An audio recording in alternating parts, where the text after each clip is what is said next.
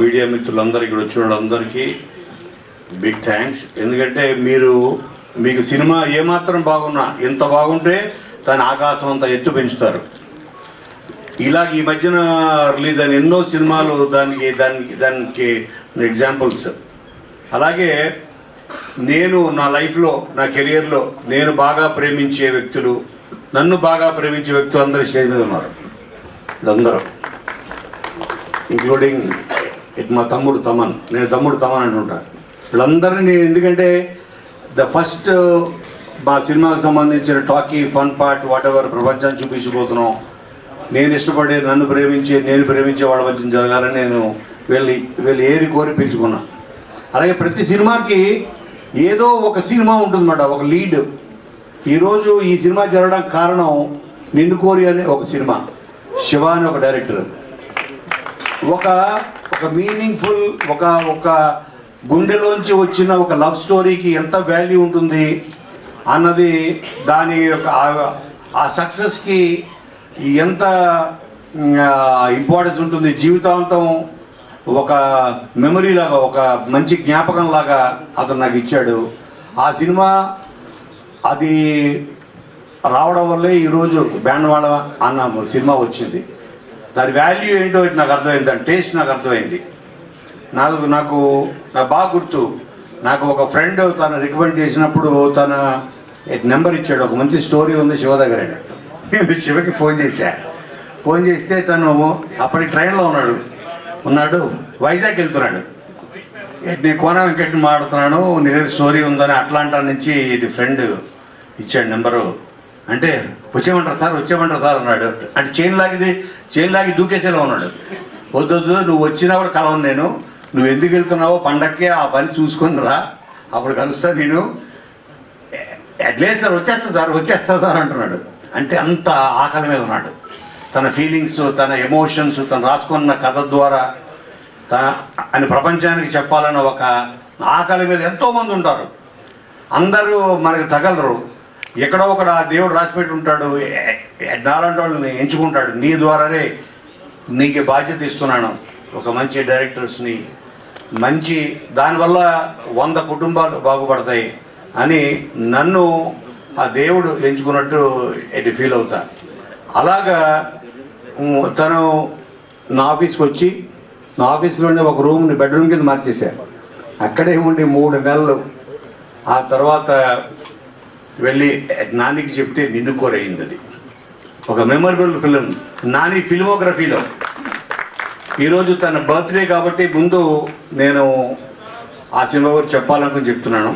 అలాగే ఆ రోజు ఎలాగైతే తను నా ఆఫీస్లోకి వచ్చి తను చెప్పినప్పుడు ఆ జెన్యూనిటీ, తన నోటితో చెప్పట్లేదు, తన గుండెతో చెప్పాడు నాకు.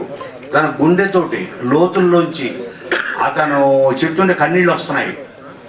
అసలు ఇంత అద్భుతంగా ఏంటో, ఇంతమంది మన మధ్యన ఉంటారు, ఎంతో కొద్ది మంది మీద ఆ ఫోకస్ లైట్ పడుతుంటుంది.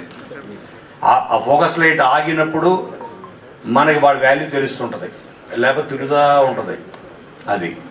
అలాగే కొన్ని సంవత్సరాల తర్వాత మళ్ళీ నా దగ్గరికి వచ్చాడు శివ. సో నేను అదే అనుకున్నాను, సతీష్, అటు శివ ఇటు సతీష్. అలాగే ఒక ల్యాప్టాప్ వేసుకొచ్చి ఓపెన్ చేసి సాంగ్స్ పెట్టాడు, ఇది పెట్టాడు, నుంచున్నాడు, డ్యాన్స్ చేస్తున్నాడు, చెప్తున్నాడు. నాకు ఎగ్జాక్ట్గా మళ్ళీ ఇంకొక శివను చూసినట్టే ఉంది నాకు. అండ్ అదే హార్ట్ తోటి, అదే గుండెతోటి మళ్ళీ నాకు కథ చెప్పాడు. అదే బ్యాండ్ మేడం. అది చూసిన తర్వాత నేను ఒకటే అనుకున్నాను, ఎందుకంటే ఇది ఒక 10th క్లాస్ నుంచి ఒక డిగ్రీ ఫైనల్ ఇయర్ వరకు, ఒక ఇంజనీరింగ్ ఫైనల్ ఇయర్ వరకు జరిగే ఒక ఇద్దరు బావమర్దుల ట్రావెలే ఈ లవ్ స్టోరీ. అన్ని లవ్ స్టోరీలు ప్రాబ్లమ్స్ ఉంటాయి, కాన్ఫ్లిక్ట్స్ ఉంటాయి. వీళ్ళ లవ్ స్టోరీలో ఉన్న కాన్ఫ్లిక్ట్ చాలా కొత్తది. అది మీకు సినిమా చూస్తేనే తెలుస్తుంది. లాస్ట్ 20-30 మినిట్స్ మిమ్మల్ని కట్టిపడేస్తుంది. ఇంత చిన్న పిల్లలు. నేను అనుకున్నాను ఈ కథ ప్రపంచంలో ప్రతి తెలుగువాడు చూడాలి అంటే అందరికి తెలిసిన వాడి ద్వారా చెప్పాలి కదా. అందుకని నేను వీళ్ళిద్దరిని చూస్ చేసుకోవడం జరిగింది, రోషన్ అండ్ శ్రీదేవిని. I need best actors. ఆ ఏజ్ గ్రూప్ సూట్ అవ్వాలి, ప్లస్ ఆ పెర్ఫార్మెన్స్, ఆ క్యాలిబర్ ఉండాలి వాళ్ళకి, నవ్వించాలి, ఏడిపించాలి, అన్ని రకాల ఇది చేయాలంటే ఆ క్యాలిబర్ నేను వీళ్ళిద్దరిలో చూశాను. And thanks to Nani again, వీళ్ళిద్దరిని పరిచయం చేయడం వల్ల, వీళ్ళు ప్రపంచానికి పరిచయం అవ్వడం వల్ల నేను చాలా కాన్ఫిడెంట్గా, నేను ఎన్నో దాంట్లో చెప్పాను. చాలామంది అన్నారు నాని అంత గొప్ప యాక్టర్ అవుతాడు అని. చాలామంది కొంతమంది హట్ అయ్యారు. ఇట్లా అర్థం కాలేదు, నానితో కంపేర్ చేస్తారు ఏంటండి. మనం మన లైఫ్లో ఒక గోల్ పెట్టుకుంటాం, ఫలానా అంత గొప్పోడు అవ్వాలి, నువ్వు ఇంత గొప్పోడు అవ్వాలి అంటుంటారు పేరెంట్స్. సచిన్ టెండూల్కర్ అంత గొప్ప క్రికెటర్ అవ్వాలని అంటే, కానీ సచిన్ని తొక్కేమని కాదు అర్థం దానికి. సో ప్రతి వాళ్ళకి ఒక బెంచ్ మార్క్ ఉండాలి ఆ లైఫ్లో. నాకు తెలిసి తన పెర్ఫార్మెన్స్ చూసి తను పెట్టుకున్న బెంచ్ మార్కే నాని అనుకుంటున్నాను నేను. సో అందుకని like it's not a comparison, అది ఒక గోల్. అంటే ఇక దానికి మించి లేదని అర్థం, అంతకన్నా గొప్ప పొగడత ఇంకోటి లేదు.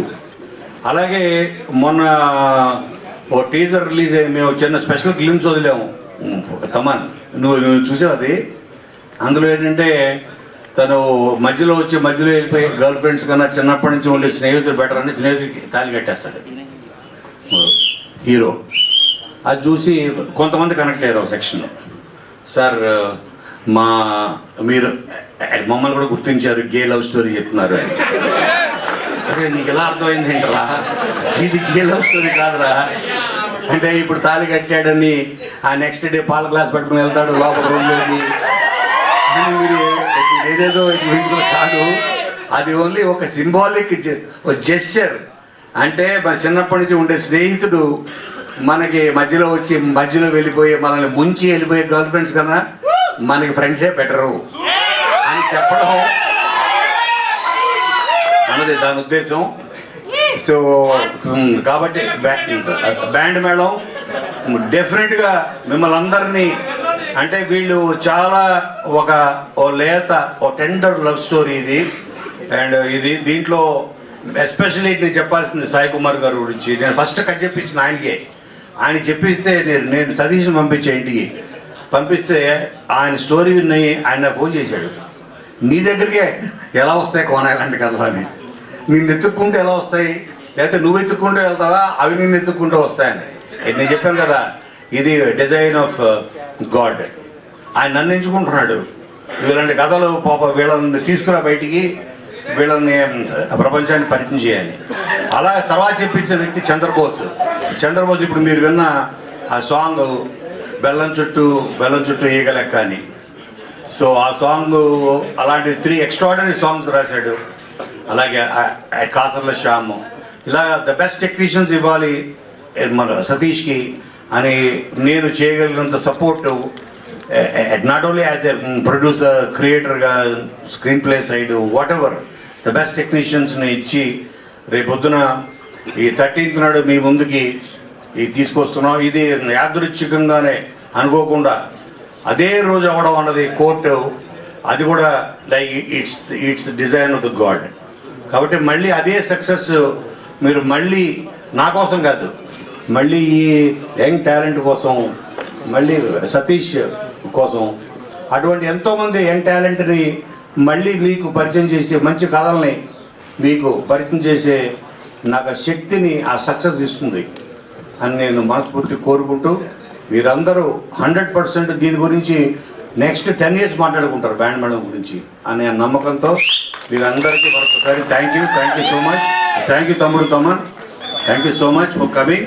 నువ్వు రావడం వల్ల ఇది చూసావా, ఇక్కడ కొంతమంది గొండిదలు అంటున్నారు, కొంతమంది నందమూరి అంటున్నారు, కానీ దీని మాత్రం నాకు ఎప్పటికీ తమ్ముడు తమ్మనే.